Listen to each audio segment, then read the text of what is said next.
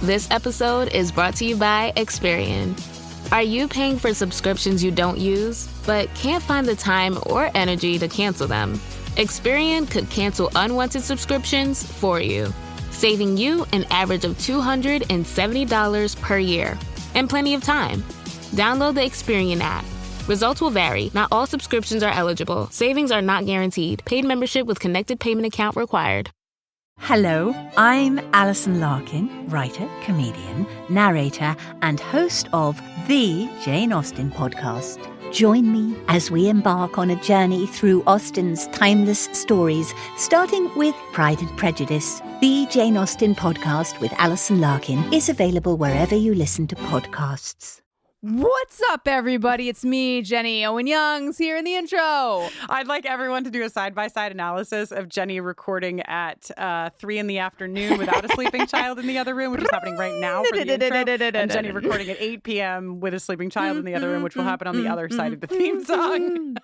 Yeah, it's going to be toned down over there. Listen, the other thing that's like really aside just from the sort of like child situational components, also just want to say I've been revisiting the absolutely flawless and timeless EP Rebecca Black Was Here, and I would just want to tell you, spring is springing, summer's right around the corner, Pride Month right around the corner. There's never been a better time to indulge in the really, peerless electropop of the Rebecca Black Was Here EP.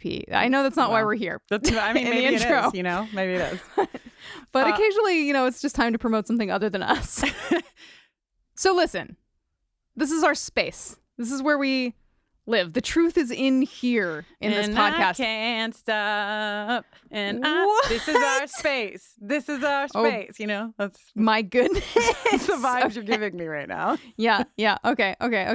But very recently, we took a little pod field trip into a very special podcast to visit our dear friend Joanna Robinson and fill in for one Mallory Rubin, great pod hero. Even though she's an Orioles fan, I will allow it. She has so many other virtues, they practically eclipse that one fatal flaw. We're on an episode of House of R talking about vampires for a Tropes Course episode. You can find that right freaking now in the House of R feed. We had such a blast. It was such an honor. I was very nervous because, big shoes, big limited edition, super rare Nikes to fill, but we did our best. I think you did great, Jenny. We had so much fun. We talked about nearly every vampire there is to talk about. And who better to talk about that with than Joanna Robinson, best friend of the pod forever and ever. Amen. BFF of the pod.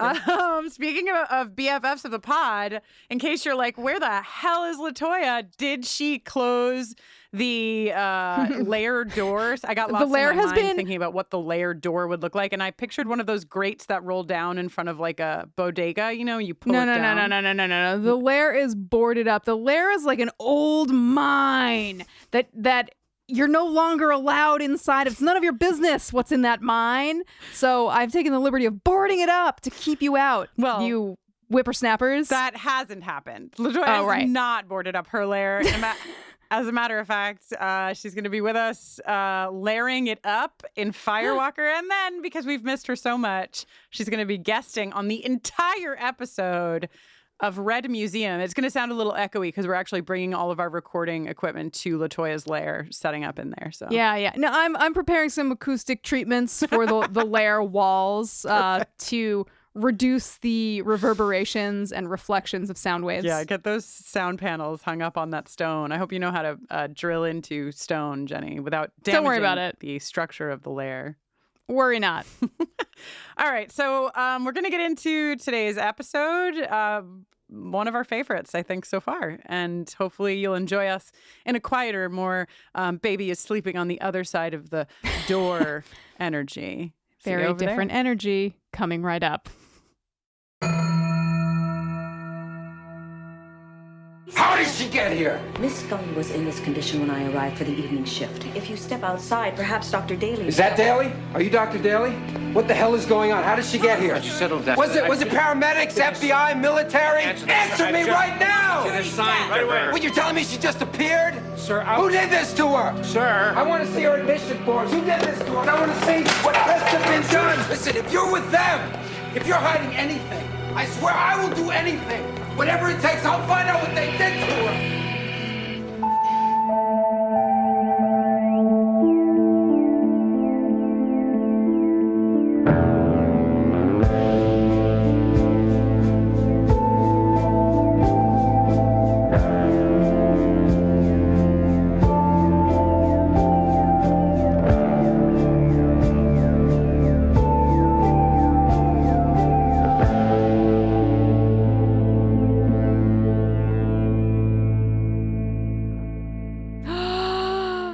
Hello and welcome to the eX-Files. That's the eX-Files, a buffering rewatch adventure where we are watching and discussing every episode of the X-Files one by one, spoiler-free. I snuck this episode out in my pants. I'm Jenny Owen Youngs, ex-wife of Kristin Russo, and I grew up watching the X-Files. And my intro from last week is still written in here, so I'm just going to say it again. I'm Kristin. That's a normal name, Russo. Ex-wife of Jenny Owen Youngs. And I've only ever seen 32 episodes of the X-Files. Today, we are talking about Season 2, Episode 8, One Breath. A title that I thought was just going to be a normal title until it made me weep in my living room twice on every watch. So One Breath. That's not a normal name. One Breath was written by Glenn Morgan and James Wong, directed by R.W. Goodwin, and originally aired on November 11th, 1994, just 11 days before I turned the tender age of 13. Wow. This is the one where, according to IMDb, Scully's comatose body is discovered at a local hospital and her life is hanging in the balance.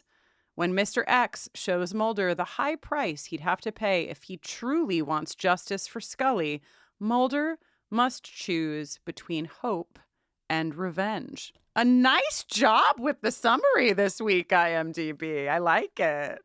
Bullseye.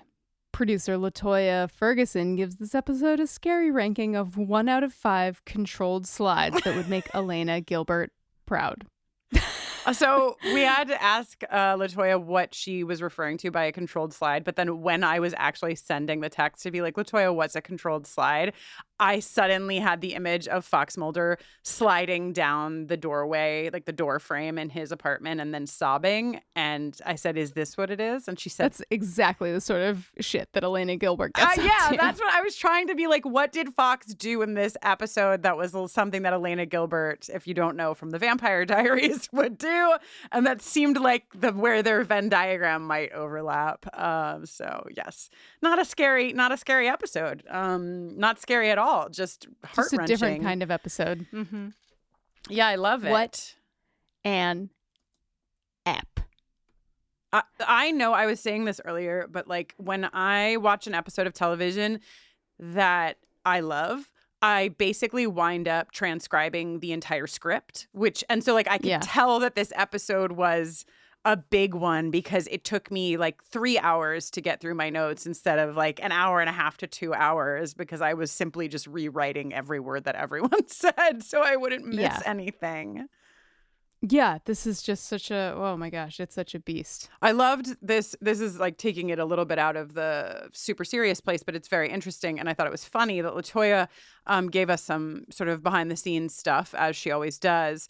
And she said that Duchovny, this is Glenn Morgan explaining this, Duchovny challenged us to do a Beyond the Sea for him. So season 1, we get Beyond the Sea and it's all this Scully stuff, so cool, so beautiful.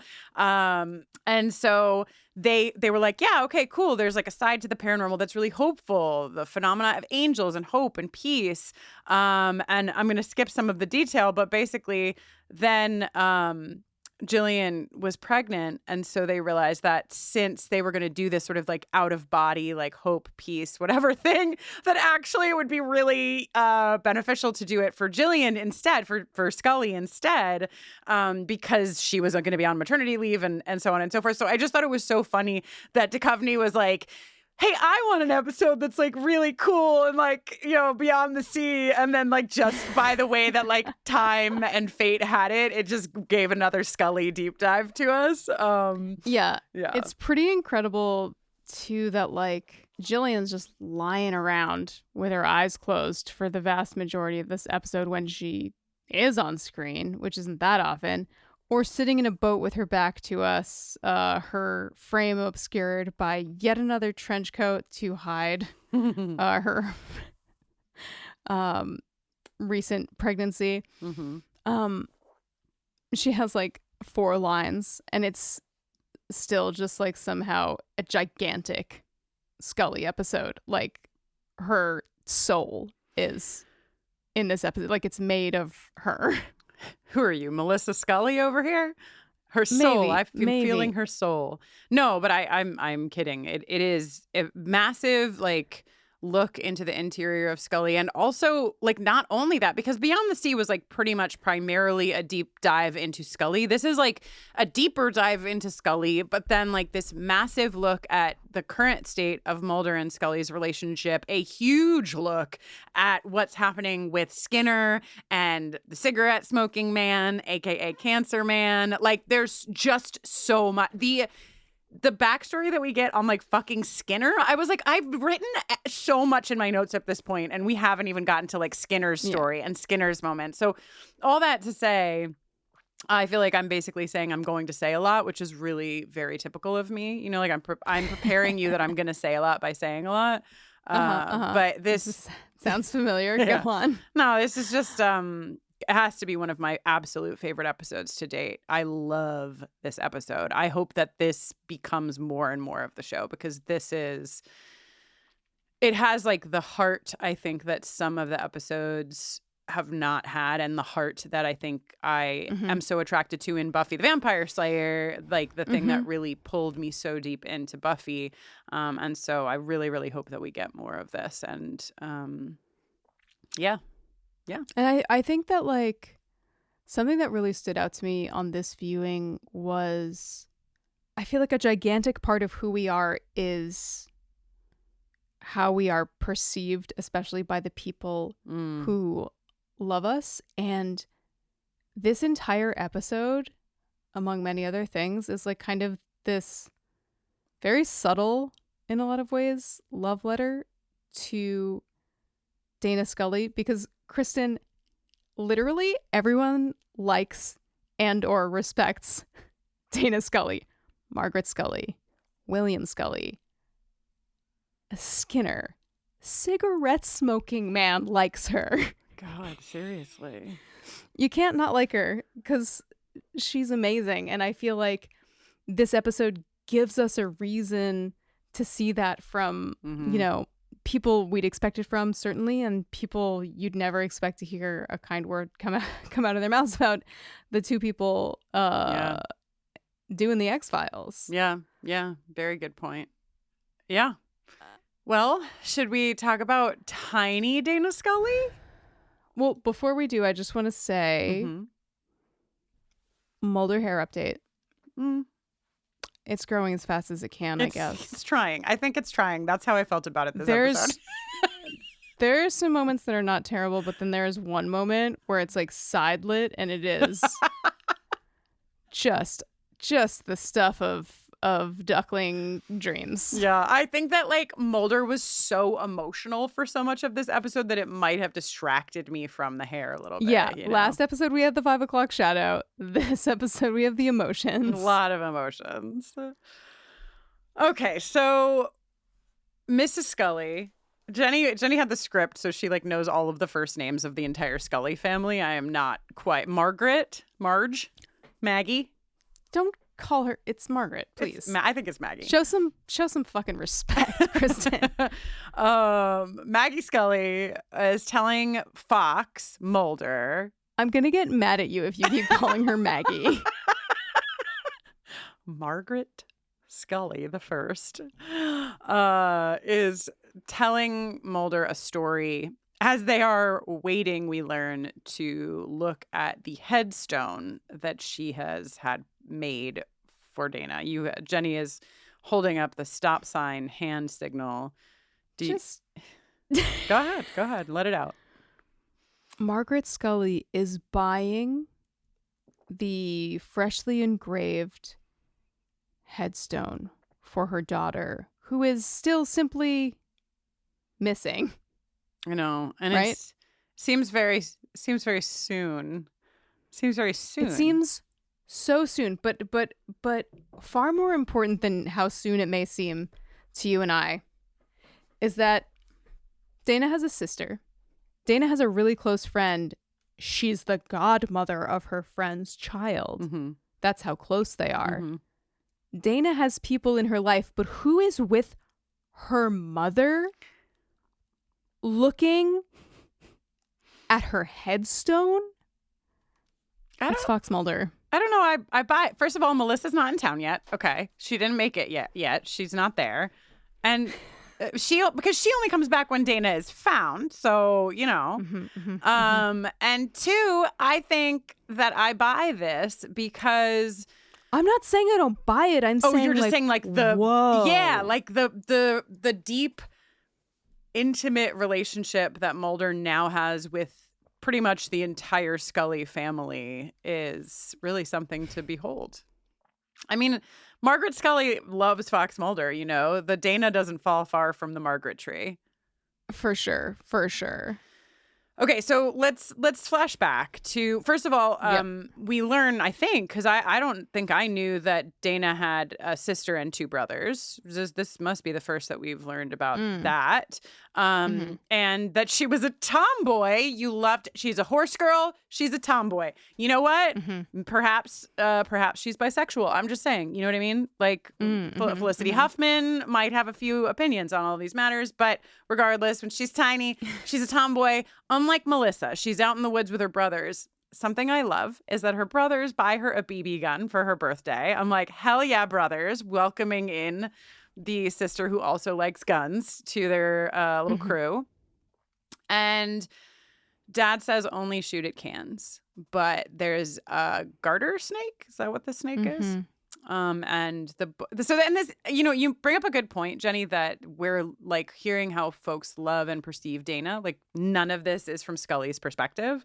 And because I noted that when her mom says, she wanted to fit in with her brothers, so she did this thing too. And I was like, well, that's an interesting, that does say something about Dana. I mean, she's a woman at the FBI, like blah, blah, blah. But also, was she trying to fit in with her brothers, or was she just also shooting the snake? And were they all upset? But maybe who knows? But they kill the snake, and Dana realizes what she's done. And the way that her mom says it, she says, she began to cry with irrevocable guilt. Something was missing from the snake. She had taken something that was not hers to take. So, that's a pretty stunning portrait of this tiny child who is now Dana Scully, who, has, the grit and, is out there with the boys shooting her BB gun, but who also has the, heart and the respect for creatures, even creatures she's terrified of, because apparently she has a horrible fear of snakes. Jenny, don't tell any of her enemies these things. Snakes. Yeah. Why did it have to be snakes? She may one day finally sidle up next to that bathtub, only to discover that it is full of snakes. Don't you dare! I can't call her mom Maggie, but you can paint that image for all of us. Get out of here. The Bible verse inscribed on the headstone reads, "The Spirit is the truth." And then if you flip the headstone over, it says ... which is out there. Yeah. You've done a lot of, what do you think about Scully's cross necklace? What do you think about faith and the paranormal? And I feel like this episode is really coalescing all of your, Kristin, what do you think about these things, questions into a centralized location? Right after that chapter of John. Chapter? Is that what you call? A verse of John. A verse. Yes. It's Bible verse. a letter from John to the X-Files. We go to the credits. And when we come back, we are at Mulder's house. Yeah. Go ahead. What do you think? What do you think is happening? He's watching porn. He's on the couch watching porn. It's such a weird placement for porn. I mean, it's like we pan over the Dana Scully file to Mulder, who is laying on the couch. He's just laying there. Like, I don't want to say like both of his hands are in sight, but they kind of are. He's watching porn and he like goes to rewind it and play it back. Yeah. He has the vibe of someone watching like their favorite sort of like vintage sports game where he's like, oh, that was a sick play, let me roll it back. Right. And I couldn't. He's an aficionado, Kristin. Okay. I couldn't really parse the placement. It's like, because we just came off of him sleeping with Kristin with an E. Kristin with an E. And so maybe it's like he's just emotionally distraught. He's trying to enjoy his favorite scene from his favorite porn, and it's not working for him. So he's rewinding it and trying again. Like, is that what I don't know. Well, never mind that, because the phone is ringing. Someone is calling to tell him that Scully is at the fucking hospital. Yo. Mulder is running in a turtleneck. It's a mock turtleneck, my friend. It is a mock turtleneck. He is. Wow. He is running like Buffy ran down the corridors of Sunnydale High School in season 2, wearing her baby blue fucking coat. This is Mulder down the hallways of this hospital. And he comes in so hot. Mulder's entire vibe in this episode is coming in hot. Like, he cannot do anything at like level 4. He's at level 10 for every single exchange he has throughout the course of this episode. We started with this clip. He is screaming at the nurse, who I love how mad this nurse remains at him for at least half of the episode, as she is really owed that, because he just comes in. How did she get here? Then she says, you can talk to Dr. Daly. Dr. Daly, is that you? What the hell? Was it paramedics? Was it blah, blah, blah? Like, he's just losing his mind. Yeah. Mulder has the very particular air in this scene of Frank when any other dog walks by on the street outside of our house. How dare that dog? Just livid. Yeah, he's mad. And, you know, Mulder does not possess the ability to recognize his emotions and make informed choices. He simply runs on the fuel of his emotions, and he loves Scully perhaps more than he's ever loved anyone apart from his sister. And she is now back, but not well. So he's having a time. Someone has the ability to calm Mulder down, because the next scene is then them talking to Dr. Daly, who it appears, and I believe Dr. Daly knows nothing. They also don't know how she got there. They don't know how long she's been in this condition. Dude. It's just wild. She's like tubed up. She's hooked up to a lot. Did she just appear in this room, my friends? That seems to be like the reports, is like she was just here and not okay. I don't know. The men in black have a lot of power, you know? So because they don't know how long she has been in a coma, because they don't, like, the doctor cannot find any injuries, no degenerative disorders, nothing that could like bring someone to the state that he can pinpoint. They really don't have a way to give a good prognosis for her, because, you know, if you know that someone went into a coma like yesterday, it's very different than if someone's been in a coma for 2 weeks to a month, like, and they don't have that information. We learn, Jenny, you want to talk about fucking who's sitting with Dana's mom at the fucking headstone shop? Well, Mulder signed her will as a witness? Where are the missing scenes of their love affair is what I would like to know. Release the BFF scenes. This is when you're married to your work and your best friend is your work partner. Well, now you're just describing me, so. Every single thing together. No. Oh, right. Because your best friend is your work partner. But but as you are just my good friend, it's not exactly a two-way street. It's sort of like right, you both have to be best friends. There's a roundabout. Oh, I just can't. It was so casual. It was just like this casual little moment in this episode, because this episode is just crammed to the fucking gills with big shit. Jenny, I want you to know that when I watched this for the first time, I was watching it with Avanti, and she has seen maybe 7 episodes of Buffy the Vampire Slayer. And when we cut to the hospital bed and Melissa is dangling a crystal over Dana's bed, she goes, "Is that Willow?" So she saw a woman with a crystal. A woman with a crystal. It must be Willow. Yeah. Fucking. I've been told not to call you Fox by Dana. Currently. Just now. Her soul. By her soul. Yeah. This is amazing to me because Dana's sister is clearly a believer in things that are not grounded in like science and facts and math and all the things that Dana like holds to, right? So that tells me that Dana has this relationship with Mulder that has to be a very familiar relationship to her, because it doesn't seem like she's been always rooted in this land of, you know, science and answers. It seems like her family is like a microcosm of the conflict between believing in things outside of the explainable and not, right? Melissa feels like the sort of like black sheep. Everybody grew like they're all cradle Catholics, but you know, in college she got into like tarot cards. She studied Wicca. She moved a couple vending machines. Mulder says, "You're Scully's sister," which made me realize that Fox could call Melissa or Margaret Scully and still be accurate. Yeah, later her dad has like a Scully badge on, and I'm like, there's too many Scullys. They're like, everybody needs a different name. Nobody can use Scully.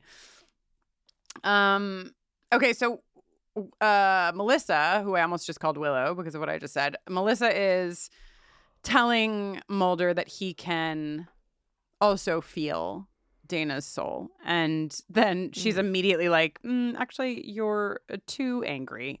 Your fear and your anger is blocking Dana's positive emotions.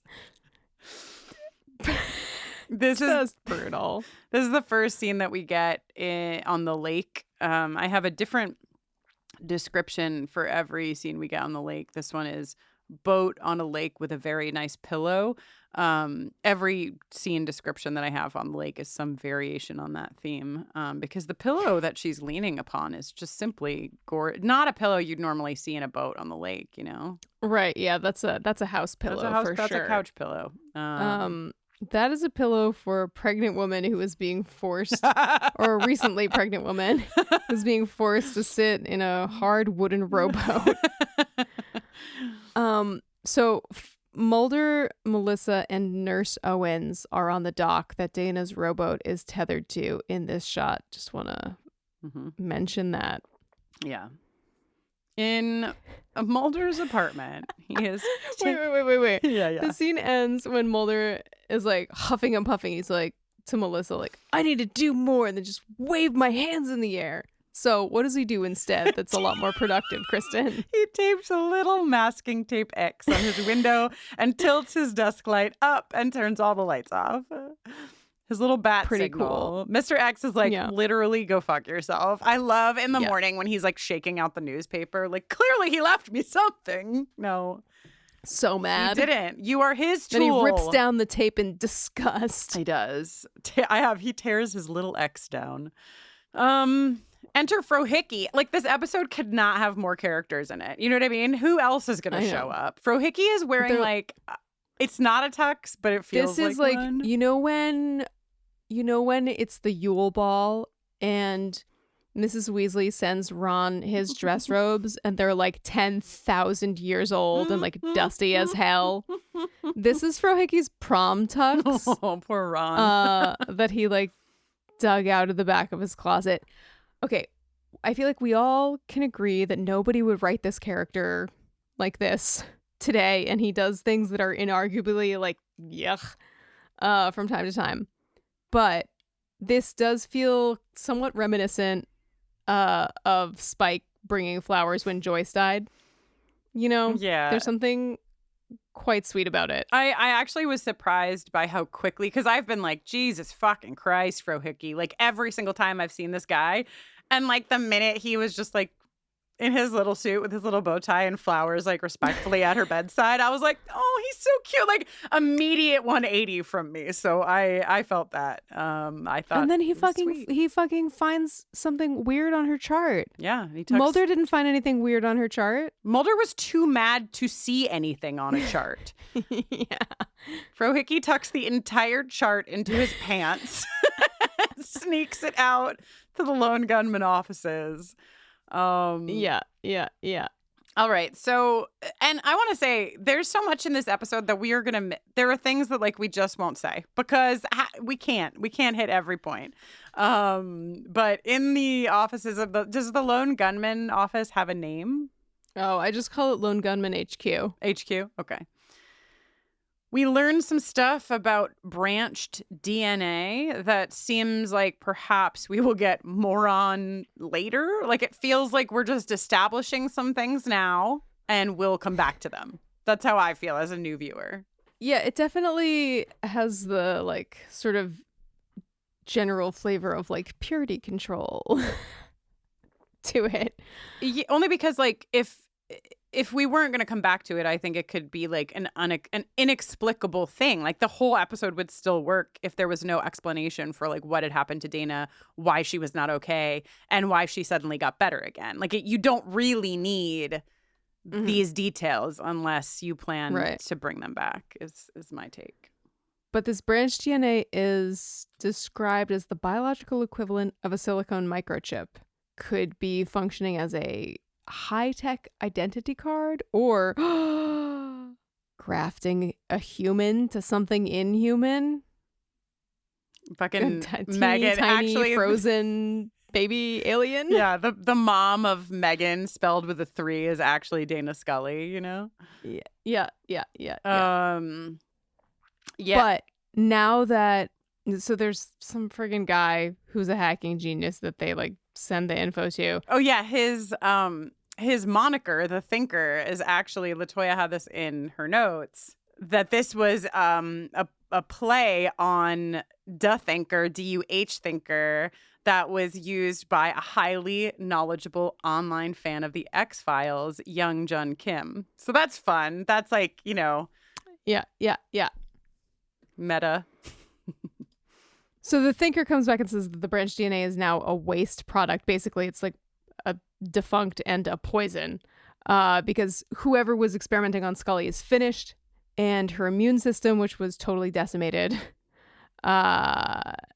is probably not going to be able to fight this off. It's very sad when the lone gunmen tell Mulder like there's nothing he can do because they're like all sad. They care about Mulder and Scully. Back to the lake with a fancy pillow.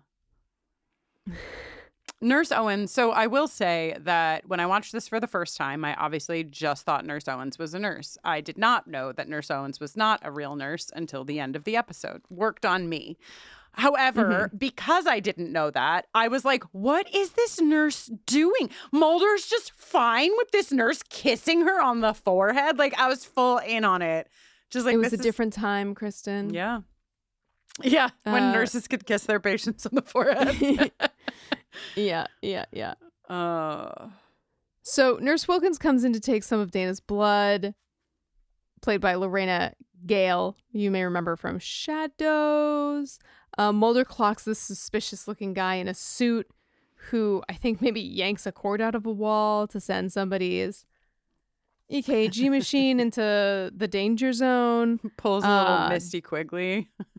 Distracting everyone so he can steal Scully's blood vial. Why? Mulder goes running after him and runs into X. Oops. Okay, so my first question is, Jenny, if you're chasing someone, You're going to yell at them from way back. Why are you going to say, hey? Like, why are you going to let him know that you're chasing them? Hey, I'm chasing you. In case you want to make this more interesting. You seem to be walking at a reasonable pace. You might want to run. Just fucking shut up and get up there, man. Yeah. So, okay, I want to talk about some of LaToya's notes, which I think also pinged on some level for both of us as well. Because when I saw this, I was like, Mr. X is feeling a little different to me this episode than he's felt before. But let's hear some of what he says to Mulder when they first meet, and then we'll talk about this and talk about what LaToya had to say as well. You ignore my car problem. You expect me to do what you say. You got him killed. You got her killed. That's not going to happen to me. You're my tool. You understand? I come to you when I need you. Right now, you're heading in a direction that can lead them right here. What the hell are you talking about? You're not supposed to know. That's the point. I owe her more than just sitting around doing nothing. She was a good soldier, Mulder, but there's nothing you can do to bring her back. She's not dead. Listen to you. Listen, you're a damn schoolboy, Mulder. You have no idea. No idea. Okay, then tell me. Tell me. Things have been cranked up to 11. For everyone. Mulder and Mr. X are both on 11. So LaToya gave us some again, behind the scenes shit from one of the many books that exists about the making of the X-Files that says that Glenn Morgan had explained that Steve Williams, who plays Mr. X, wasn't going over too well. And part of the reason that they thought that might be happening is because they were basically giving Deep Throat's lines to this new character, Mr. X. Like, they weren't really writing this character differently. This is their telling. So they wanted to write Mr. X as someone who was still scared, who was not like Deep Throat, who was not willing to lose his life for the cause, someone who was between Mulder and Deep Throat. And LaToya says this shift for X in this episode kind of gave me angry black man vibes. She points out that the differentiation was kind of already there. Not that the lines couldn't be cranked up a notch in quality of content. I'm now going off of LaToya's script a bit, but that the differentiation, we've been talking about it. It's been very clear that Mr. X is not going to do the shit that Deep Throat has done. He's interacted very differently. So not sure why this had to be done this way.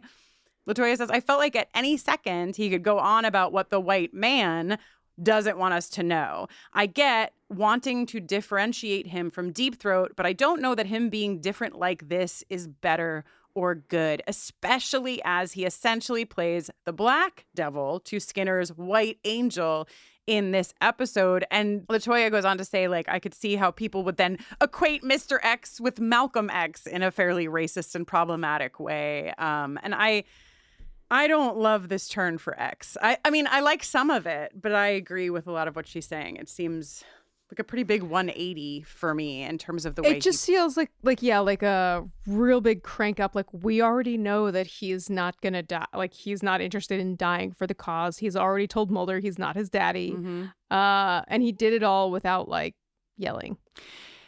And to me, I mean, back in the day when I was an acting student, I learned that when you're in the position of power, you usually don't do the yelling, right? To me, it communicates more power in the way that he was talking to Mulder before, very seriously. But I mean, I think that that's part of maybe the issue. They're trying to really show that he is scared. Right. So he is kind of speaking in a less controlled way. Right. But it's sort of I feel begs the question, why now? Yeah. Why the sudden change? Is it because Scully was kidnapped? And that's another tier of potential threat level? Maybe Mr. X also really likes Scully. We didn't hear him. He probably really respects her at the very least. Oh, we totally forgot to mention that Dr. Daly, when they're talking about Dana's living will, yeah, he's like, well, of course she has a very specific will because she is a doctor. Hit it. Medical doctor. Oh yeah, she's a medical doctor. So Mulder does not listen to Mr. X. He just busts away into this parking lot, goes after this fucking guy with the blood. And he gets him. He gets the guy in the laundry room, which, by the way, I thought was like the cremation room at first because all of the dryers are lit in a red glowing light, which I was like, is there fire? Like, where are we? It's a laundry room. Cremation room? Cremation room. Sure. That's what it's called. And it's just a regular room with like downstairs in the hospital. Yeah. So Mulder gets the blood. He gets the guy to like put his hands behind his head and turn around and walk away. But then the guy fucking kicks his ass, knocks Mulder down. And even though Mr. X says, I'm not your daddy, he does take care of this one. And it is at a level that we've never seen from Deep Throat because he knows that he's either got to execute this guy or that's it for Mulder and probably him too. So he executes this guy. And says, you want to know what it takes to find the truth? You want to know the things I know? This is it, pal. I don't either. know I'm fine. Yeah, I'm fine. Okay. Dr. Daly talking a little bit more about what's up, giving us the update. He says taking Scully off the ventilator doesn't necessarily mean ending her life. He says, Karen Ann Quinlan lived for 9 years. Alarm bells go off in my mind. I'm like, Karen Ann Quinlan, a very, very, very famous woman to everyone in the United States, no matter where they grew up, right? That must be why her name is so huge and in neon letters in my brain. I fly to Wikipedia to see what's the deal. No, Kristin. No. The reason that I know Karen Ann Quinlan's name is because, well, she's an important figure in the history of the right to die controversy in the United States. Mm-hmm. Because when she was 21, she became unconscious after she consumed Valium along with alcohol while on a crash diet, and she lapsed into a coma. The doctors refused the request of her parents to disconnect her ventilator. Her parents filed suit to get her disconnected. Wow. The parents believed that her still being connected constituted extraordinary means of prolonging her life. Quinlan's case continues to raise questions in moral theology, bioethics, euthanasia, legal guardianship, and civil rights. Her cases affected the practice of medicine and law around the world. A significant outcome of her case was the development of formal ethics committees in hospitals, nurses' homes, and hospices. The Karen Ann Quinlan Hospice is located in the town where I grew up. Holy shit. Because when she slipped into a coma, she was admitted to my hometown hospital. Holy shit. Is she from that area? She's from the area, yeah. Wow.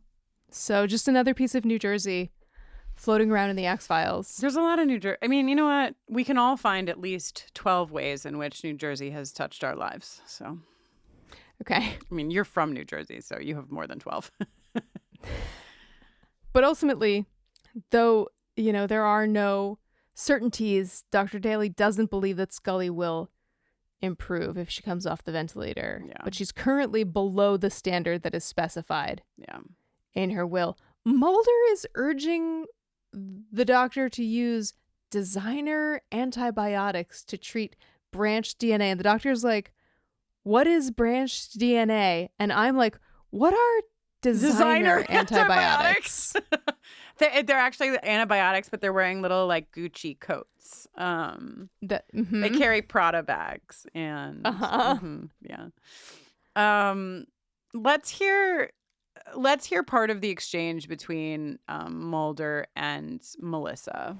She's here because of unnatural circumstances. She's dying. That's perfectly natural. We hide people in these rooms because we don't want to look at death. We have machines prolong a life that should end. That's a much more unnatural circumstance than any cause of her death. Melissa Scully said, death with dignity, and dignity with death. Yeah, this was one of my favorite lines. I mean, you know, we haven't even gotten to her dad's monologue yet, but this was one of my favorite lines in the episode, because I feel like we've talked a lot just based on what we discuss here in the X-Files and what we've discussed on Buffy about the removal from death that we all, not all of us, but that so many of us like societally have now, that like we just don't interact with death the way that folks used to interact with death. You're not sitting at folks' bedside as they pass as often as was the case before. You're not around bodies after they have passed. Like that just is not a common practice. And so much, I mean, whatever, we could go off forever on like the cosmetics industry and all of the industries built on distancing us from the very idea that we might ever die. And so I loved that her sister, of course, is the one to give voice to the fact that like we do these things because we're afraid of death. But what you're worried about is this like unnatural cause. How could anything be more unnatural than keeping her body alive when her body does not want to be alive anymore? Just like very well put, Melissa. And, you know, and Dana had also advocated for this for herself, which is a critical component of what Melissa is saying.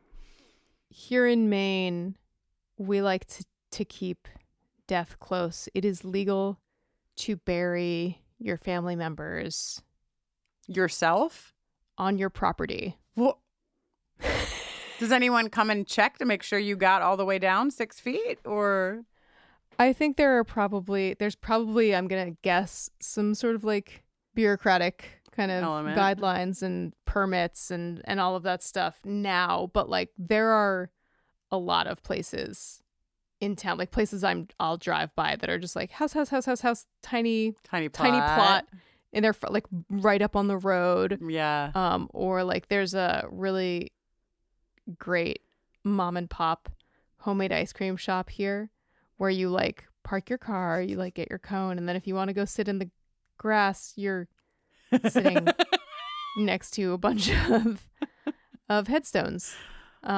Just some final resting places, which honestly, pretty sweet place to be. You know what for all eternity. You know, yeah, at the ice cream shop. When I go, bury me at the ice cream shop. I learned after my dad passed that New York is one of 7 states where you can legally be composted. I was pretty stoked to find this out because, you know, I don't know, the concept of being buried is not one that I like. Does this mean is this mushroom suit? It's not the mushroom suit, although of course I'm always waiting for the mushroom suit. It's the at least the facilities that I saw, it's like this like little like high, it's like picture a morgue, but make it like plastic and white. And so the body is placed with various like natural agents that will decompose at a higher speed, you know, than you would decompose if you were just like in the earth. And so you stay in one of those little things as you decompose for however long it is. And then they'll like they take out like if you had like a metal knee or like whatever, you know, they take out those bits and bobs, and then that is composted into soil. So your family or whoever gets the remains actually gets soil rather than ashes, and there's not a burning, there's a decomposition. So it seemed really cool. My dad had already been cremated, so too late for him, but you know, I was like, hey, I said to my sister, I was like, hey Allie, is this, you know, do you want me to advocate for your composting? She was like, hell yeah. Whenever I think about this stuff, I have a really hard time shaking off the memory of an episode of Tales from the Crypt that I saw when I was too young to be watching it, in which you were too young to be watching every single thing you ever watched. I know. Where were my parents? They were doing their best because they don't listen to the podcast. They were doing their best to be parents of the 1980s. Yeah. So in this episode of Tales from the Crypt that haunts me to this day, a man dies, but it turns out that his consciousness is still going, and he's narrating, like his consciousness is narrating the episode. And, you know, he's in the morgue and he's about to be autopsied. Mm-hmm. And not only can he still think and see Uh-oh. He can feel. He can also still feel. Oh, no. But, like, honestly, if you knew this is turning so morbid. But you know what? This is a fucking podcast about the X-Files, so, like, buckle up. So here we are. But, like, if you were going to wind up being this character from Tales from the Crypt and you were going to experience burial underground in a coffin, burning in a cremation room, as I like to call them, or turning to soil slowly but quicker than you would in a box under the ground, I might honestly go with the composting if I had to choose. I mean, unless you want to sit me up at like feels interesting, at least. Well, and it's the quickest without burning. So I just feel like burning would probably be bad. Sounds like it would be bad. Anyway, Margaret Scully. Oh, also, wait, Jenny, you have a song about the mushroom suit, right? Is this true? I helped write one. It was recorded by my friend Zach Jones. So we should link to it because I think people probably don't even know what a mushroom suit is, let alone that there's a piece of beautiful music written by Jenny and Zach, performed by Zach. Yeah. So check that out. And if you want to look it up, I believe the proper name is the Infinity Burial Suit. Nice. Okay. Margaret Scully, the shut-upper of the whippersnappers, says Dana has made this decision for us. Mm-hmm. And she, of course, is like, I've always respected Dana. And then she says, are you ready? As they prepare to go in and turn off the ventilator. She says, Fox, this is a moment for the family. And I thought she was going to say, including you. But she says the second best thing, which is, but you can join us if you want. And he doesn't. He does and not. And then he's like, no, he is unwilling. He can't let go. He's too angry and sad. And I want to give him a little hug. Oh, God. Yeah, me too. I would like to give him at least one hug. At Pillow Lake, Nurse Owens is standing at the dock. That's where I've got to, my locations. She's standing at the dock, and the line to the boat snaps. So, and it's not like scary or it's just snaps, and Scully starts to drift backwards into whatever body of water this boat is in. Mm-hmm. Mm-hmm. Episodes like this make me wonder what happens in other 45 minutes of television. Like, how can you give me this much in 45 minutes when I watch episodes of television that give me 1/16 of this? In fact, the episode prior to this very one. Do you feel like you didn't get a lot out of 3, Kristin? I really did not. Yeah. It's packed. It's packed. We're going to Skinner's. Let's go to fucking Skinner's. Okay. So, LaToya, famously a crafter of iconic nicknames, see Little Jenny, has started referring to the cigarette smoking man as Siggy in her notes, and I have decided that I will do the same. Okay, great. I can get on board. Siggy rolls up to drop a file on Skinner's desk, and he's about to light up, and Skinner's like, gesturing to his brand new shiny no smoking sign, which Siggy ignores. And it's so... I thought there were maybe, who knows, another contender for Smug Bitch. But in my opinion, not to jump the Smug Bitch shark here, but like the fact that this man looks at the sign, he lights his cigarette, Jenny, he takes one drag, blows it all over the fucking room, and then puts it out. But he doesn't even smoke the cigarette. He just fills the room with smoke. Yeah. Yeah. No, he is the smuggest bitch of the episode, for sure. So he is like, man, here's my file, puff, puff, extinguish. He saunters out just as Mulder enters through a different door. It's like a very like French farce. Mulder's like, but then Mulder's like,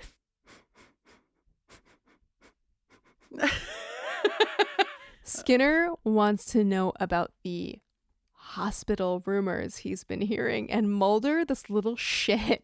Yeah, contending for smuggest bitch. Is this about the tooth that was found in the cafeteria Jell-O?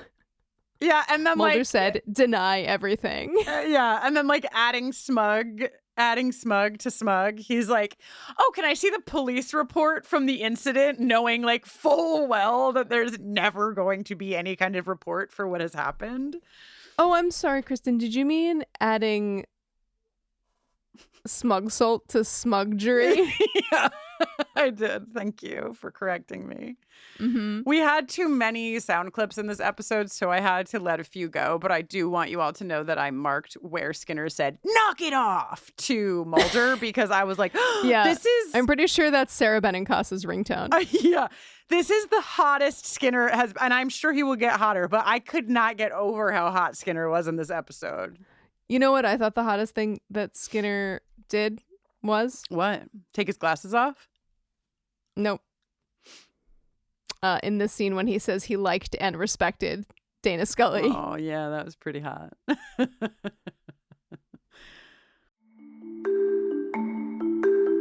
As a podcast network, our focus is bringing you shows you love to listen to. But we also sell merch related to those shows.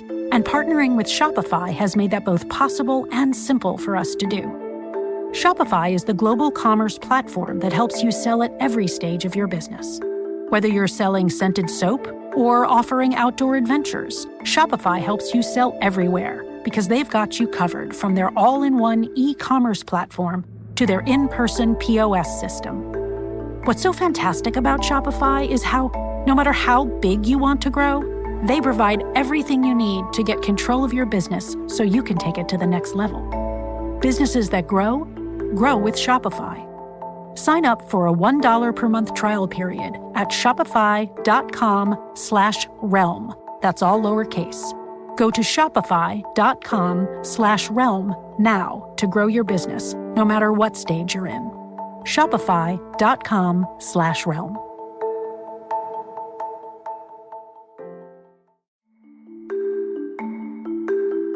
As a podcast network, our focus is bringing you shows you love to listen to. But we also sell merch related to those shows. And partnering with Shopify has made that both possible and simple for us to do. Shopify is the global commerce platform that helps you sell at every stage of your business.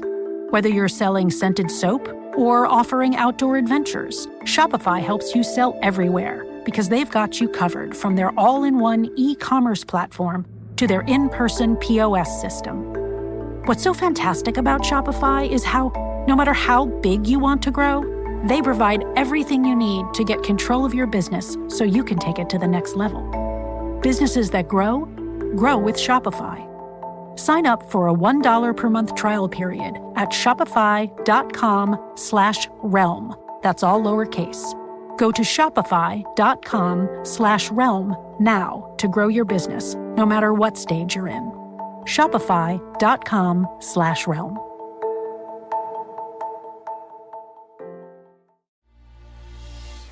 Hello, I'm Simon Jack. And I'm Sing Sing. And together we host Good Bad Billionaire, the podcast exploring the minds, the motives, and the money of some of the world's richest individuals. Every episode, we pick a billionaire and we find out how they made their money. And then we judge them. Are they good, bad, or just another billionaire? Good Bad Billionaire from the BBC World Service. Listen now wherever you get your BBC podcasts.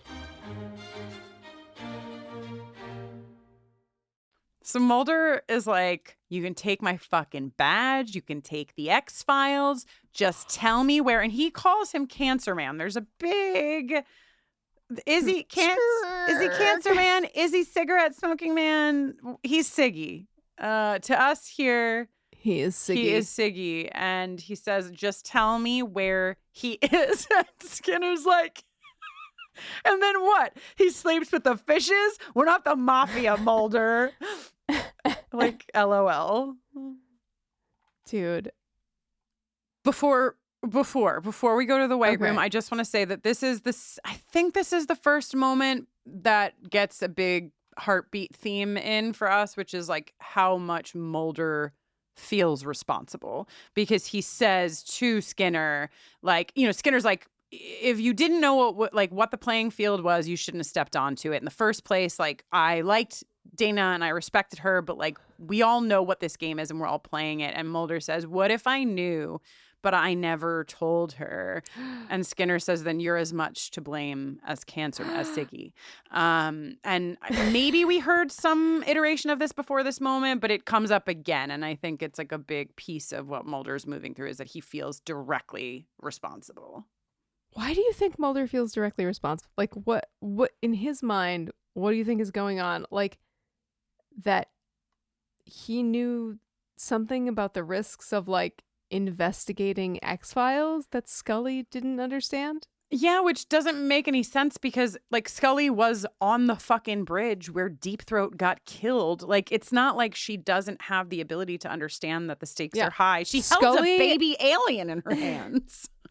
Someone has broken into Scully's apartment, I think about 42 times at this point in the series. Scully knew the risks, Mulder, and she kept coming back. She did. She wanted it. She wanted to fucking shoot that snake with the BB gun just like her brothers. Give credit where credit is due. Okay? She's tough. She's a tough cookie. All right. Now we can go to what I call the white room, even though that's really not at all what it is. She's wearing white and the room is just a table, but the room is just a table. Poetry by Kristin. Yeah, it is. Okay, so yeah, Scully's lying on a table in a white dress. Her eyes are closed. William Scully approaches from the distance wearing our vast military listenership, correct me if I'm wrong, but I believe these are dress whites. And his footsteps are echoing atmospherically. And then he says, hello, Starbuck. It's Ahab. And then he talks about, I mean, now as a parent, I know that this is literally the only things anyone ever has to say to me is that life is short. Kids grow up fast, and before you know it, it's over. Those are the only 3 sentences I've heard for the last 16 months. That's not true. You've also heard me being like, Jenny, what time can we record? Jenny, what time can we write the book? Oh, yeah, Jenny. that's the one other thing, yeah. But yeah, he sets it up with this, that he's been told this thing that he didn't really feel, right? He's like, I kind of got all the things that I needed to get in life, went at a proper pace, and then we can't do justice to this. I hope we get more flashbacks of Scully's dad because I love this man so dearly. But let's hear some of what he says to Scully. To me, life went at a proper pace. There were many rewards. Until the moment that I knew, I understood that I would never see you again. My little girl. Then my life felt as if it had been the length of one breath, one heartbeat. I never knew how much I loved my daughter until I could never tell her. How fucking dare they? Honestly, how dare they? How dare they? I actually went back in time and I fired everyone from the show. So good job. Yeah. It's so fantastic that they got Don Davis back for this. He just is so good. He's so good. The last thing he says is, we'll be together again, Starbuck, but not now. Soon. Soon. I actually spoke aloud to my television the first time I watched it and was like, what the fuck? What do you mean soon? Spoilers? I'm sorry. I literally just saw Scully at dinner the other night. She's alive and well. Thank you very much. Having the opportunity to carefully study the faces of Sheila Larkin, Melinda McGraw, and Don Davis in this episode, and also, of course, knowing exactly what Gillian Anderson looks like, these people look like a family. They look related. Yeah, they did a good job. Good job. But yeah, fucking maybe one of the best monologues in the show so far. It's really gutting. And feels very true, feels very true. So Nurse Owens, thankfully, is on the side of Dad Scully. She's there. Oh my Dana, gosh. your time is not over. This is like, you remember that episode of My So-Called Life where Juliana Hatfield was an angel the whole time? It's like the same vibe. It is. It is. And actually, I should say that in LaToya's notes, that her last note is about the ending. Scully wants to see Nurse Owens, but there is no nurse by that name here. And then LaToya, television's biggest expert, says, it's a cliched ending at this point in 2024, but it was a thing that was fresh before, like in this episode. And so I think that's important to remember, that, we may have Don't seen take this twist for granted. Exactly. And this is the My So-Called Life episode came after this. But for like, example. like a beat after this. This is what, November 94? This is actually, what's insane, Jenny, is that this is November 94, and that episode, I think it's called it's something Angels, and it's December 94. So-Called Angels. Yeah, right? December 94. They were like a beat apart. December 22nd, 1994, exactly 1 month after I turned 13. You're not allowed to do your birthdays when it's a December date. It was actually 5 days after I had turned 14. Oh, you're the only one with a birthday now? Interesting. Anyway, Nurse Owens is encouraging Dana to stay with us. In the hospital cafeteria, I have written, is Melissa eating a donut? I get it that like I think when I first watched the episode, I thought like Dana was gonna go at any moment, and so I was just like, she just walked down to the cafeteria, just chowing down on a donut. She's just real relaxed. But then I kind of realized that there's a slow deterioration that's happening. It's not like pull the plug and then it's any second. But also, Melissa seems like the type to be like, life is a circle. Dana is always with me. That's true. And she'd want to also be with this donut, possibly. Yeah. While they're chatting and while Mulder is blaming himself for Scully's current condition, a woman asks Mulder for cigarette machine change. Kristin, do you remember cigarette machines? I do. I actually saw one for sale recently on like Facebook Marketplace, and I was like, man, if I had more than 800 square feet in my entire home, I would love to like put like tiny packs of Skittles into an old cigarette machine, like repurpose that would for be fun. But yeah, of course I do. They were good. They were a good time. I mean, not to like advertise for cigarettes, but cigarette machines were pretty fun. You put, it was like a little, like a vending machine, but better, Like it was like a combination between a vending machine and a washing machine that takes quarters, Yeah.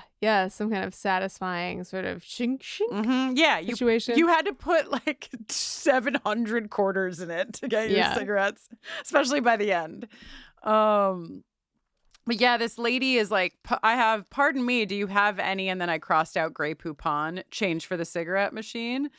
And then she's so obviously is like, there is a pack already here. Morley's. Not my brand. My brand. Okay, Kristin. Yeah. Mulder once again is like, Morley's? There's only one man who smokes Morley's. It must be a sign. And then he opens the pack, and inside the cellophane wrapper, there is an address. Do you think, okay, our FBI informant told us that there is a department for like generating like a fake newspaper, like in Beyond the Sea, right? Yes. Did Skinner go down to the 4th floor to the like props department, and was he like, "Brah, I need this address inside this wrapper on this cigarette pack now"? I honestly, I need to... Or did he do it himself? Or did his amazing secretary, who takes absolutely no shit, do it? How would you ever do this? I need to know. FBI informant, our FBI informant, I'm asking you this. Can the FBI reseal a pack of cigarettes? Can they do it? I need to know. Because I was very impressed. The FBI has done a lot of things, but I have to say my most impressed moment with the FBI is when I learned that they might be able to reseal a pack of cigarettes after a note has been put in it. Yeah. What? 900 West Georgia Street. Here we let us go to Siggy's house. Surprising no one, this man is surrounded by ashtrays 100% full of at capacity of cigarette butts, drinking Budweiser. This reminded me of sometimes when I like am preparing for a buffering event and I look down and there's like a praying mantis mask, a leather jacket, and then like, you know, it's just like the indications of my work. The debris of your life's work. Yeah, and it's like 2 Budweisers, 400 cigarette butts, and a gun. And I'm like, yeah, that's the equivalent for Siggy. Mulder is once again absolutely turned all the way up to 11. Jenny, I think that the competition is actually tight between Smug Bitch because Mulder once again does in one swift motion almost the smuggest bitch move of the whole episode, which is that the cigarette smoking man is like, I've watched presidents die, puts a cigarette in his mouth, and Mulder slaps the cigarette out of his mouth. I could watch it 1,000 times. Slaps it. Just bam, right out of his fucking mouth. Pop. Incredible. Bonk. Why her and not me? This is when Siggy says, I like you. I like her too. That's why she was returned to you. And then Mulder says that Siggy should be the one to die. And he says, why? Look at me. No wife, no family, some power. I'm in the game because I believe what I'm doing is right. And then they're like, who are you to decide what is right? Who are you to decide what is right? The eternal question. There is a lot happening here. Siggy also says that like he thinks Mulder is a player now because Mulder has like pulled a fucking gun on him. He didn't think Mulder had that in him. He says that if people were to know of the things he knows, Siggy, it would all fall apart. Sounds like some dangerous rhetoric if you ask me, Sir Siggy. Sir Siggy. Sir Siggy Lannister. I'm sorry, I regret that. Mulder thinks about shooting him and doesn't. Thank God, because yikes. And when he doesn't, when he opts not to, Siggy says, and that's why I'll win. Okay. This drives Mulder over the edge. He's back in the eX-Files office, tapping away on his keyboard, typing up his little letter of resignation and printing it out and signing it. Just so. Honestly, I would print up a resignation letter every day if it meant that Skinner was going to come into my office and rip it up and then tell me an emotional story about his past. Skinner, this is where I was like, damn, Skinner, he comes in. His suit is just a nice fit. He's got a baggy button-down shirt on. It looks good. He looks good. He rips up the letter and says, it's unacceptable. Mulder says, I hate what I've become. And then we get a story from Skinner about his past. When he lost all his hope because he went into the Marine Corps at 18, he believed it was the right thing to do. 3 months in, a small Vietnamese boy walked into their camp covered in grenades, and Skinner says that he shot him from a very short distance. And in that moment, he lost his faith, not in his country, not in the war, not in one thing or a group of things, but in everything. There was no point. And then a few months later, in this like spin of complete hopelessness, the rest of his entire crew is killed. And he is killed. And he sees his own body from above his body. He sees them like take off his clothing and put him in a fucking body bag. And then they found a pulse. But he was that, like, he describes it like he's there all night watching himself and all of the friends that he had lost in the woods. And let's just play a little. I did my best to summarize the Mitch Pileggi of it all, which like I am not even near qualified. But let's just get one little snippet from Skinner after he shares the story with Mulder. I'm afraid to look any further beyond that experience. You are not.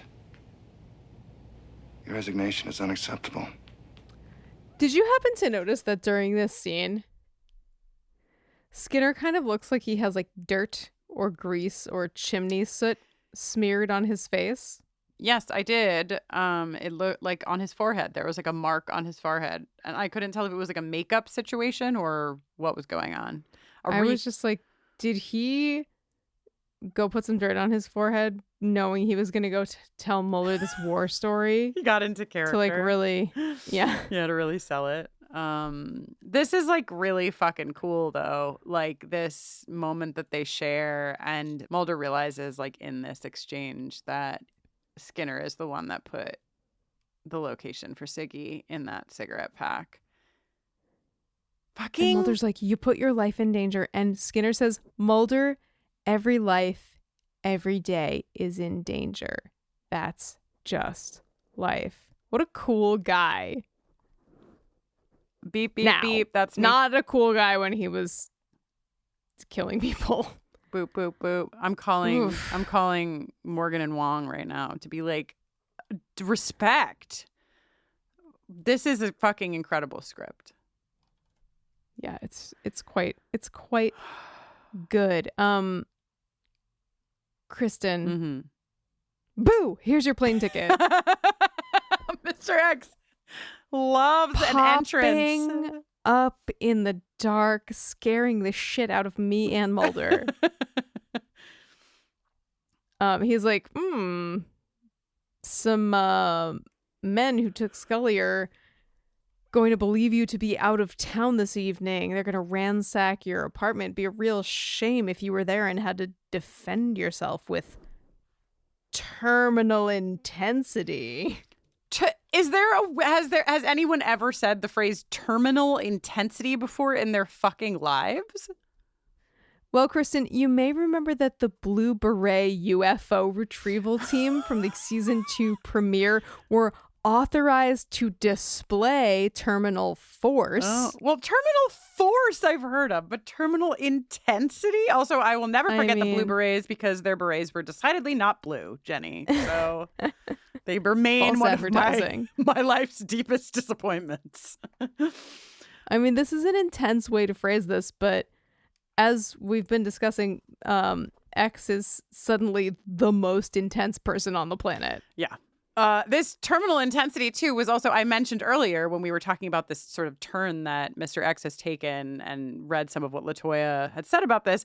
LaToya wrote down this moment, too, terminal intensity, and said this is basically by any means necessary, which is a very famous quote from Malcolm X from a rally in Manhattan, 1964, in a speech that he said this, that then became this poster that was based on a famous photograph that popularized this slogan attached to Malcolm X, by any means necessary. And terminal intensity does seem like a way of saying just that without saying just that. So just noting it where noting is due.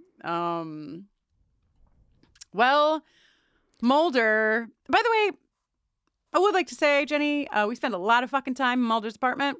Do not see a bed. Have not seen a bed.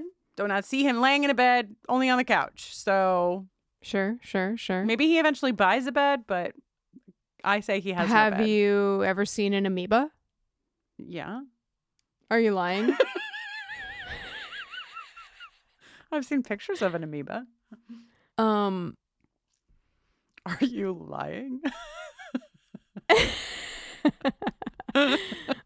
Mulder, sitting in his apartment, having learned from Scully's many mistakes, is approximately 1 foot away from his gun.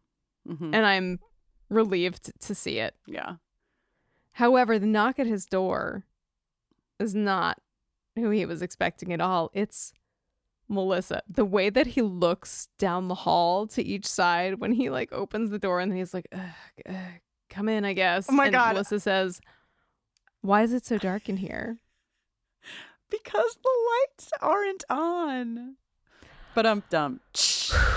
You know? This is like when Mulder defined paranoia like 2 episodes ago. He's really leaning into his like sarcastic quips. So Melissa is here because Dr. Daly said that Dana is weakening and it could be any time now. Mulder's like, shifty as hell. Yeah, I have a thing. I can't be there right now. So yeah, and she's like, I think that you would. Right. Melissa talks about like the light. And Mulder has simply had enough of her harmonic convergence. And she's like, why is it so much easier for you to run around trying to get even than just expressing to her how you feel? I expect more from you. Dana expects more. Even if it doesn't bring her back, at least she'll know. And so will you. If Dana was going to die, y'all, I really, really think Mulder would rather have a memory of being with her at the end than having a memory of kicking the shit out of the dudes who took her. Agree. Melissa is correct. And also she has this line, part of me felt very frustrated with Mulder, similarly to how Melissa feels, because he is this guy who believes in the beyond. He believes in things beyond what we can see and touch and, what have you. And it just, I don't know. I didn't like that he referred to Melissa's stuff as like harmonic convergence crap. And she has this line that I think is really important where she says, just because something is positive and good doesn't make it silly or trite, which that feels important. Meanwhile, Mulder is scheduling his next past life regression hypnotherapy session. Seriously? This fucking asshole. Like, come on. Why is it like, it's like he won't let his anger, like if his anger can't coexist with the idea that there might be a positive thing in Melissa's approach. Like it just, I don't know. I think really the core of it is that he is blaming himself and therefore doing anything that might like offer him relief is unacceptable. Well, maybe you should stop thinking about yourself, Mulder, and start thinking about Dana. But don't worry, guys. Well, he does. Because he does. He does.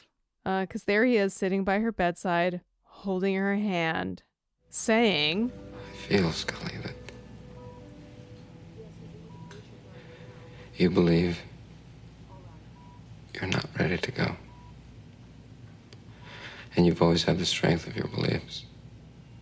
I don't know if my being here will help bring you back.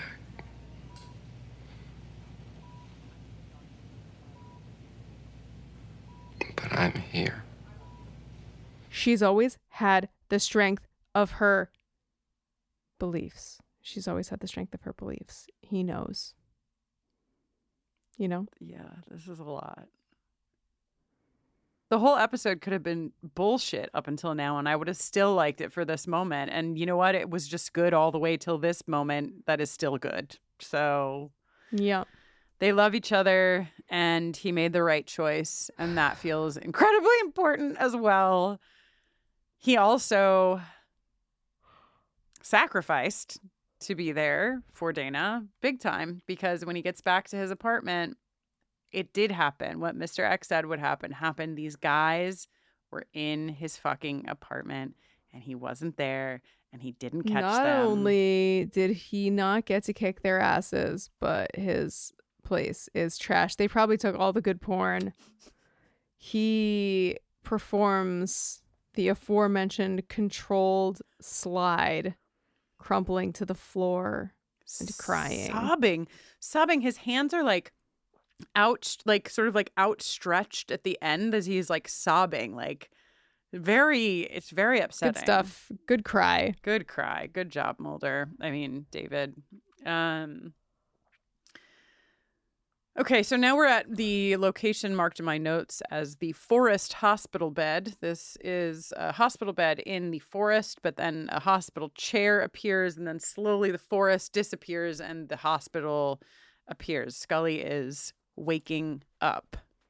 It's weird, though. I mean, I guess it was probably just easier to do this effect with a bunch of trees than it would have been to do it with water, but it is funny that she's been in a boat the whole time, but then when she's like coming back to life, she's in a forest all of a sudden. You know what I mean?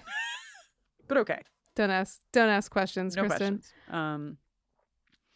At Mulder's apartment, he's sitting with his side-lit duckling hair looking so absolutely fluffy and atrocious when he gets the call that she is awake. His little smile. It's very sweet.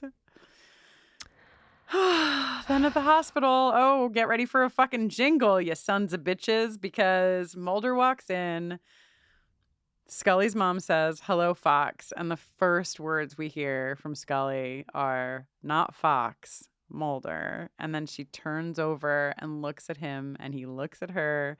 And what do we get? Significant fucking eye contact.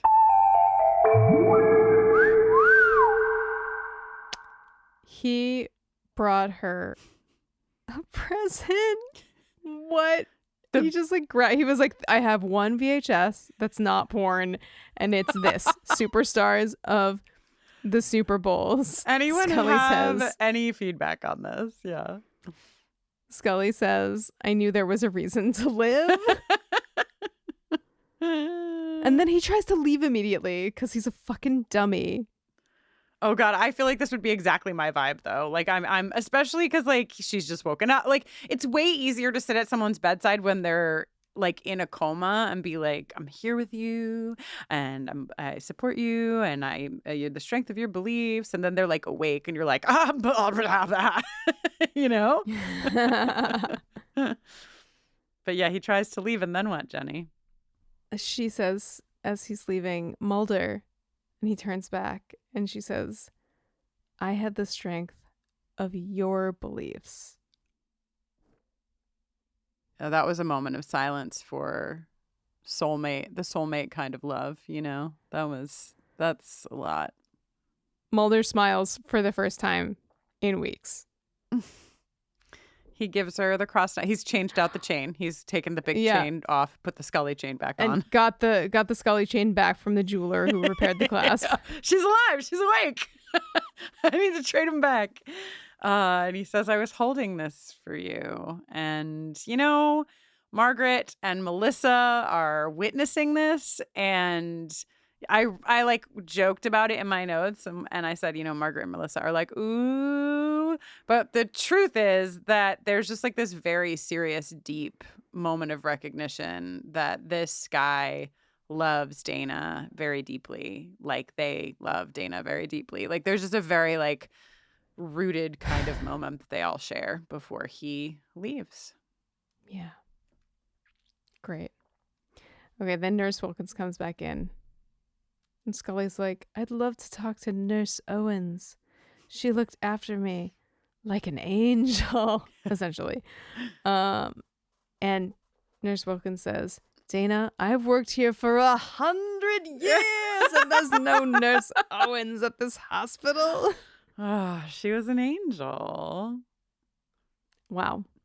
I have to say, since we brought up My So-Called Life, I actually much prefer this ending to the last clip of the My So-Called Life take on this, because I think as a viewer, and I mean, I don't know, because LaToya did say this was a fresher thing in the 90s, but I feel like as a viewer, you are like, whoa, like she was some kind of angel, or like she was some kind, like it kind of leaves you open. But in My So-Called Life, the very last clip is like the flap of a giant like angel wing, and you know, you're just like, okay, like I mean, listen, My So-Called Life is my favorite show of all time, so I'm not trying to drag it, but I like a little ambiguity. Make Juliana Hatfield a biblically accurate angel. Yeah. You cowards. Yeah, wow, fucking wow, Jenny, wow, so great, so great, so great. We don't even have to say anything other than it was so great before we pivot Pivot. To the Sexual Attention Awards. I'm not even going to do a whole song and dance. No, because this is serious bullshit, you know? This is good. Let's go. Sexual Attention Award. Okay, welcome back to the Sexual Attention Awards. Here we are. Should we flag for the people that this is a night taping so they can see for themselves over time how we do day versus night? Yeah. Nocturnal podcasting versus diurnal. Yeah, let us podcasting. know what you prefer. Buffering after dark or buffering before dark. Yeah, I feel like we talked about the porn a lot more than maybe we otherwise would have. Okay, and speaking of porn, yes, the STAs, the noms, the slots. You know them, you love them. Let's figure out what they are today so that you can stuff your vote into the ballot box. Jenny just bit her own finger, so. In slot number 1, mm-hmm. He may have his reasons, the writers may have their reasons, but I have my reasons for nominating X and popping out of the darkness to deliver information as intensely as possible. It's clear that he is prioritizing this above all else in this episode, and, you know, I'm just keeping an eye on that. Yeah. In slot number 2, fellas, is it gay to share deep emotional stories about your past with other guys on the job? Do you remember in fucking Fast and the Furious chapter, I don't even know, 5, I think it's Fast 5, when fucking doesn't matter when Dom what happens when Dom goes out on the porch with fucking his best friend quarter mile at a time. What's his name? You know, the guy. Brian? Yeah. And he's like telling him all his feelings, and it's the most beautiful gay shit I've ever seen. Same vibes. You mean the one where he goes, I remember everything about my father. Yeah, that's the one. That one? I'm pretty sure that's in 1. In 1. Okay, yeah. I was like, it's 1 or 5. I'm not sure. I could be wrong, but I feel like it's in the first one. I mean, the first one's really fucking gay, so that makes sense. And we only have 3 filled slots today. So here is the third and final slot. It's so much. It's Dana and the strength of Mulder's beliefs. Can you? I just I mean, honestly, like I think it's the winner in terms of most powerful connection. I don't know. To me, the winner, did you just say like, fellas, is it gay if? Did you ever even say that the second one was Skinner and Mulder? Because just in case you missed that, it's not Dominic Toretto and fucking Brian. Oh my God. That's right. Slot number 1, X and popping out of the darkness, delivering really intense information. Slot number 2, Skinner and Mulder. Slot number 3, Dana and the strength of Mulder's beliefs. Yeah. We want your vote. Give it to us, please. Go to bufferingcast.com/STA and you will find yourself staring deep into the poll for the STAs. And, you know, there are no STAs without you. So please vote early. Don't vote often. Just the once will be fine. Mm-hmm. And Kristin, what happened with last episode's Sexual Attention Awards? Who came out on top, if you know what I mean? I do. You do. I do know what you mean, Jenny. And we have 2 very low on the rungs here. Mulder and John the son, who honestly probably shouldn't have been nominated, got 4% of the vote. Third place went to Mulder and the Unholy Spirit. The trio, the Unholy Trinity, really not pulling in sexual attention for the episode. Totally. Well, it's like, why vote for one of them when Kristin is a normal name? Exactly. When it has an E Mulder in it. and Kristin with an E come in second place, and they did pretty well. They got 35% of the vote, which, like, I mean, what else do you have to do around here? You shave somebody without a mirror. And but have Jenny, actual sex, but it's the firefighter in Mulder. No, buddy, the firefighter wasn't even in the pool. But people did write in for the firefighter. And people did write in, I will tell you what, a lot of people wrote in for Scully's cross and Mulder's chest hair, especially because you said that Mulder was fingering the Scully cross, which I think really tripped a lot of us up. Yeah. No, that's distracting, to say the least. No, Jennifer, the winner with 53% of the vote is ladies in bikinis and tools used by construction folk, of course. Sorry, that's just a way of life. Like, that's just a given for me, so I didn't even remember that it was nominated. Congratulations. If you are a lady in a bikini or a tool used by construction folk, an award is on its way to you right now. Congrats. Sexual Attention Award. Okay. You know what is our business? The amethyst-hued contents of Kristin's crystal ball.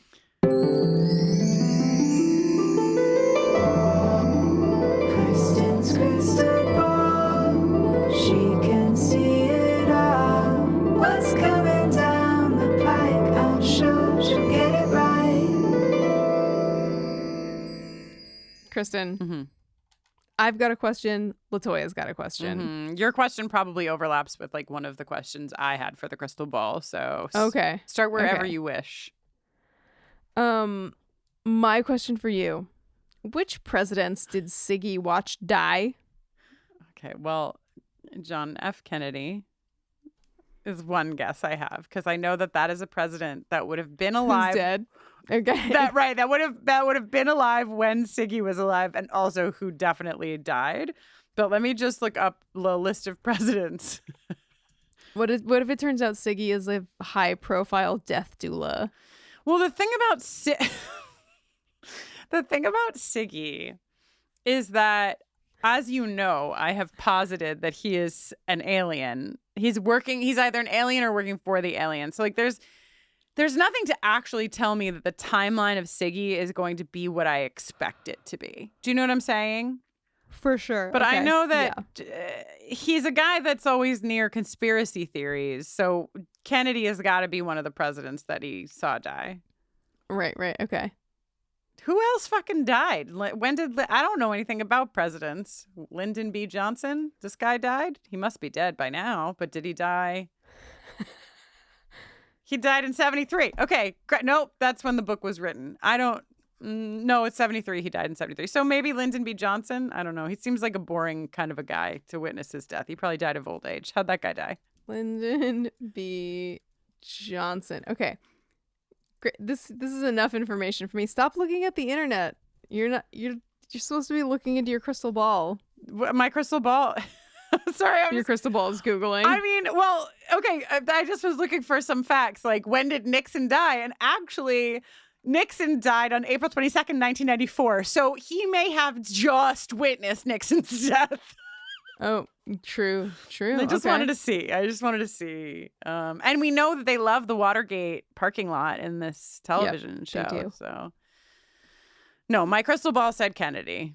Kristin Russo said the rest, including Lyndon B. Johnson. Sounds like a boring guy. I'm really sorry, Lyndon. I don't know you at all, sir, but I tend to stereotype old white men who were once presidents.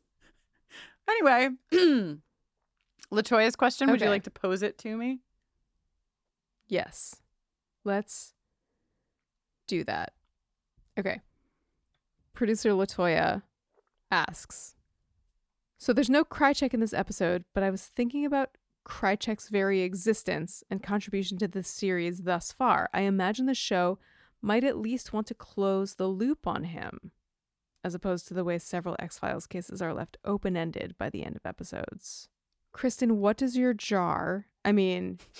crystal ball, see when it comes to all things or anything Krychek?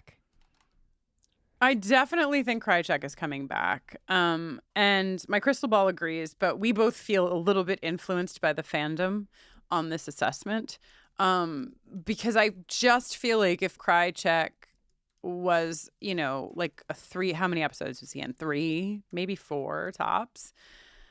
I felt like there was an attachment to this man that outpaced that 4-episode arc or whatever it was. So I'm influenced by that. But I also think that Krychek was working for Siggy, and that seems like something that could easily come back in. And then what do I see when he returns? I'm confused because my heart wants what it wants, Jenny, and what it wants is for Krychek to turn from the side of maybe not good to the side of Mulder and the truth. So I would like Krychek to play for our team. Oh, okay. And I think I feel very confused right now because I thought that Skinner was going to be way more hard-nosed and impenetrable for a longer time before he got to where he already has gotten to. And then cigarette smoking man, Siggy, this episode, I was like, well, I feel so confused. I know everyone thinks they're fighting on the right side. I definitely trust Skinner over Siggy 5,000 times. But I don't know. I just feel like I left this episode with more questions than answers. Me and my crystal ball. You know what we really want? We want to go. We want to have a nice glass of a crisp white Sancerre and, just take a minute and not have to think so much. And you both deserve it. Well, we've already established that the smuggest bitch of the episode is Siggy, and I think that concludes our one breath business. A real good episode. I hope that we did it some justice. It's all fun and games when you're talking about fucking vampires. 3. Yeah. But then when you're tasked with covering this very brilliant episode of television, I'm like, oh God, did we do okay? Did we do okay? Did we give it its respect where it was due? We're just doing our best. We're just 2 girls, as I'm always saying.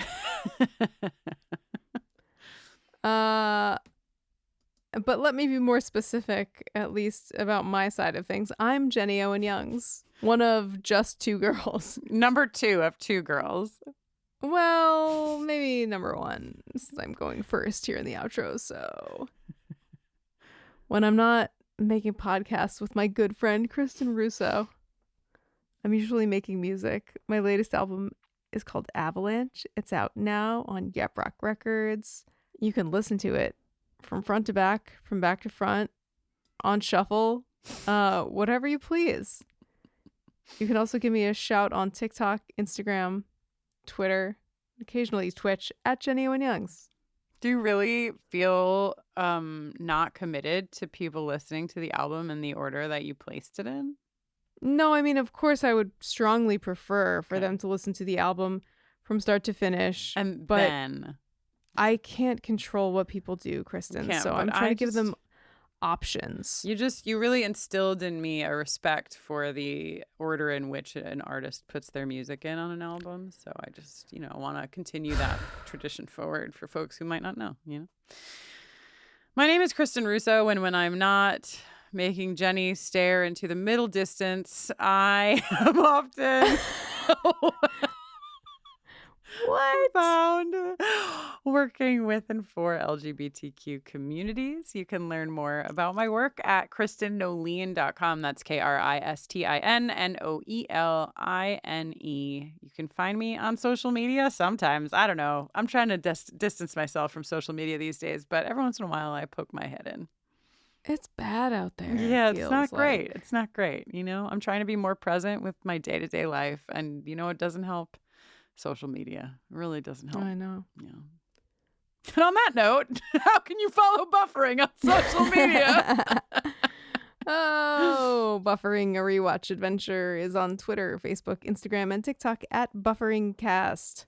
Or you could drop us an email at hello@bufferingcast.com. You can also write to the Crystal Ball at crystalball@bufferingcast.com. Yeah, Crystal Ball is really analog. It does not have its own social media, It's just trying to keep it real. If you hate social media, by the way, you can sign up for our mailing list. It's on our homepage. And we don't send out a lot of emails, but when we do, it's usually like the most important things that you've probably missed if you do follow us on social media. I like that you said it's on our homepage. Yeah, I'm 107. Bufferingcast.com. And if you'd like to support the work of two old ladies, you can do that at Just Two Girls. Just Two Girls. I'm so sorry. Patreon.com/bufferingcast. All of this is on our website. We're easy to find. You can find us. You just have to try. This episode was produced by Kristin Russo, Jenny Owen Youngs, and LaToya Ferguson, with support from our consultant, Mackenzie McDade. It was edited by John Mark Nelson. Until next time, the status of this X-File is headstone shopping with your mom. Wow, dark. Or just prepared.